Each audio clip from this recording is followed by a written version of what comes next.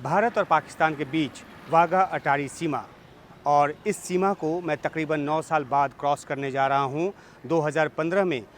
दिसंबर में जब Sushma Swaraj heart of Asia conference में हिस्सा लेने के लिए इस्लामाबाद गई थी, उस समय मैं उस कॉन्फ्रेंस को कवर करने के लिए इस्लामाबाद में था। और उसके बाद 9 साल के लंबे अरसे के बाद जो है भारत के विदेश मंत्री एस जयशंकर जो हैं वो पाकिस्तान पहुंचने वाले हैं। वो शंघाई कोऑपरेशन ऑर्गेनाइजेशन की बैठक में हिस्सा लेने के लिए वहां पर पहुंच रहे हैं, जो कि एक मल्टीलैटरल प्लेटफॉर्म है। और ये जो दौरा है वो 9 साल बाद हो रहा है विदेश मंत्री का, इसलिए काफ़ी अहम है। नज़र इस बात पर है कि क्या दोनों देशों के बीच किसी तरह से कोई द्विपक्षीय बातचीत होती है। हालांकि दोनों ही देशों की तरफ से ये साफ कर दिया गया है कि कोई द्विपक्षीय बातचीत नहीं होगी। सबसे पहले तो भारत के विदेश मंत्रालय ने इस बात को साफ किया कि विदेश मंत्री एस जयशंकर जो हैं वो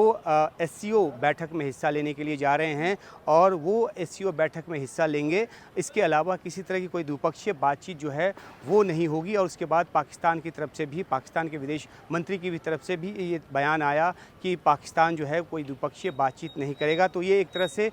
जो रेसिप्रोकल जो बयान है वो पाकिस्तान की तरफ से आया। लेकिन फिर भी कुछ उम्मीदें हैं सीमा के इस पार भी, सीमा के उस पार भी, कि जो रिश्तों पे बर्फ़ जमी हुई है क्या वो पिघलेगी और क्या दोनों देश जो हैं वो अपने रिश्ते को सामान्य करने की दिशा में बात आगे बढ़ाएंगे। भारत की तरफ से साफ ये जो एक रुख है वो बताया जा चुका है और कई सालों से बताया जा रहा है कि जब तक पाकिस्तान जो है आतंकवाद के ख़िलाफ़ कार्रवाई नहीं करता, वो कार्रवाई ठोस होनी चाहिए, वेरीफाइबल होनी चाहिए। इसके बाद ही भारत जो है वो द्विपक्षीय बातचीत जो है वो करेगा, संबंधों को आगे बढ़ाने की सोचेगा। और पाकिस्तान जहाँ तक आतंकवाद का मुद्दा होता है वो नॉन स्टेट एक्टर की बात कहकर जो है वो इससे अपना पल्ला झाड़ने की कोशिश करता है। और इस तमाम जो रसाकशी में ये जो दोनों देशों के बीच जो रिश्ते हैं वो खटाई में पड़े हुए हैं। 2015 में जो विदेश मंत्री सुषमा स्वराज का दौरा हुआ था वो इस मायने में अहम था कि उस समय दोनों ही देश जो है वो लंबे अरसे के बाद जो है वो द्विपक्षीय बातचीत को कॉम्प्रिहेंसिव डायलॉग के तौर पे आगे बढ़ाने को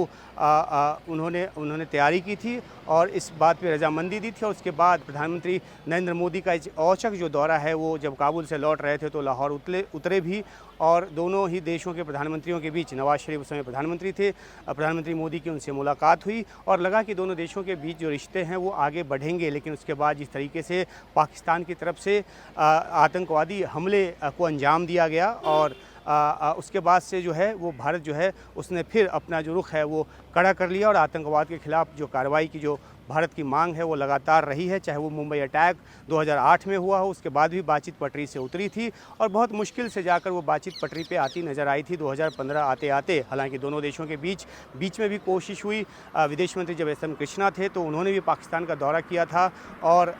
जो बातचीत का जो सिलसिला है वो आगे बढ़ा था और यहाँ तक सहमति बनती भी नज़र आई थी कि दोनों देशों के बीच जो व्यापारिक रिश्ते हैं उसको आगे बढ़ाया जाए। और हार्ट ऑफ एशिया कॉन्फ्रेंस जो कि 2015 में हुआ था, जिसका मैंने जिक्र किया, उस समय ये भी हुआ था कि दोनों देशों के बीच मजबूत आर्थिक जो संबंध होंगे उसके आधार पर अफ़गानिस्तान जैसे देश की ज़्यादा मदद जो है वो की जा सकेगी। क्योंकि अफ़गानिस्तान से ज़मीनी जो रास्ता है, भारत से अफ़गानिस्तान को जाने वाला ज़मीनी रास्ता पाकिस्तान से होकर गुजरता है, इसी रास्ते से जो है वो अफ़गानिस्तान ज़्यादा जो एक सहूलियत के साथ पहुंचा जा सकता है। तो हार्ट ऑफ एशिया, जिसका कि मकसद अफ़गानिस्तान जैसे देश की मदद करना रहा है, वो मकसद पूरा करने के लिए भी दोनों ये जो ममालिक है, दोनों जो देश हैं, उसके जो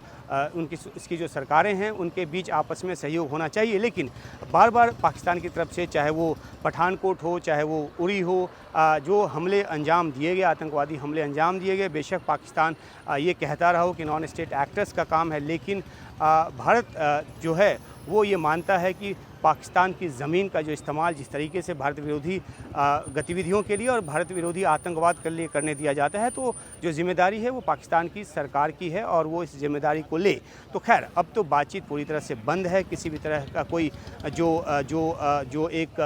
बातचीत आगे बढ़ने की कोई संभावना जो है वो नज़र नहीं आती। लेकिन क्योंकि एक मौका है, एससीओ का मौका है, जो कि भारत के लिहाज से काफ़ी अहम है, इसलिए क्योंकि एक मल्टीलैटरल फोरम है, इस पर रूस और चीन जैसे देश हैं, इसके अलावा सेंट्रल एशिया के कई देश देश हैं और जहाँ पे जो ऑयल या जो एनर्जी की जो प्रचुर मात्रा है वो उपलब्ध है। एक जानकारी ये भी कहती है कि तकरीबन 20% जो एनर्जी है, जो ऑयल है, वो सेंट्रल एशिया के देशों में है, जिनमें से कई जो देश हैं वो इस मंच पर मौजूद हैं। तो ऐसे में भारत नहीं चाहता कि वो इस मल्टीलैटरल फोरम को किसी तरह से दरकिनार करता नजर आए और ये भी एक बड़ी वजह है कि विदेश मंत्री एस जयशंकर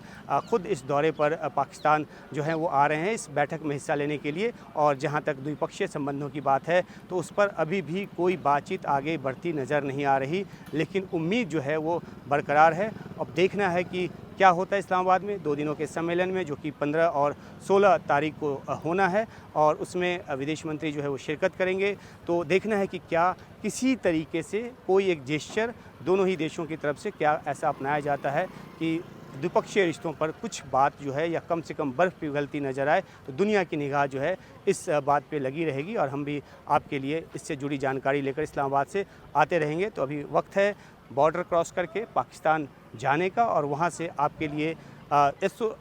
SCO समिट से जुड़ी खबरों को लेकर आने का।